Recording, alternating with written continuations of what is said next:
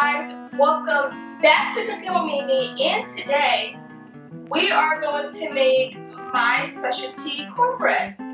This is like a little recipe, I put together, played around with it, and ever since then it's been, everybody loves it. So I'm going to show you guys how I make it and let you into the secret. Now let's get started. Okay guys, but first and foremost, before we start, we are going to preheat the oven to 375 degrees. So make sure your oven is preheated to 375 degrees. Alright guys, so let me show you the ingredients.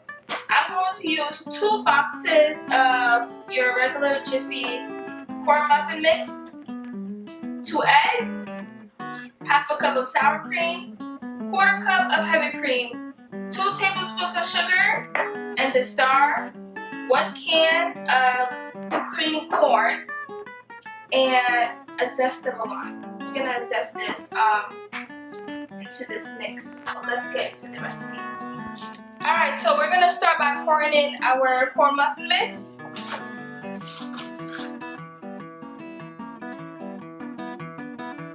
Then I'm gonna add the cream corn. Whole can of cream corn. Guys, this is like the secret. The eggs, heavy cream, sour cream, sugar, and we're gonna get some zest out of this lime.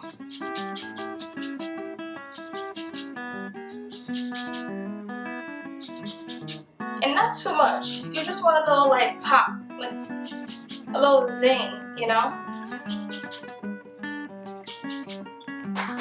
Then I'm gonna take my hand beater and we're gonna beat this for 1.5 to 2 minutes until it's well combined. Alright guys, so now we're gonna beat this for about 1.5 to 2 minutes on medium speed.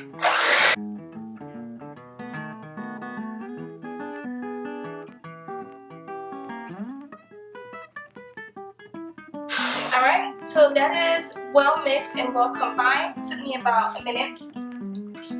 And now we're just going to put it into our greased pan. Alright, so here I have a 12x8 pan. I'm going to take some regular Pam cooking spray, and you want to spray your pan.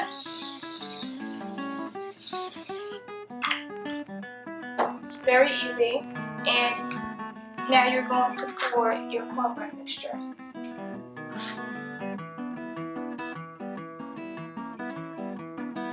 Okay, now we're gonna pop this in the oven and have it bake for 35 minutes. Alright guys, so this just came out the oven. It's fresh out the oven. It's really hot. It smells amazing.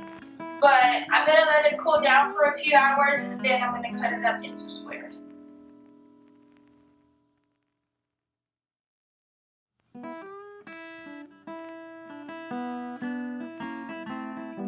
Alright guys, so this is the final product. It smells so good, and I'm going to enjoy this with my chili. Just take a look at that.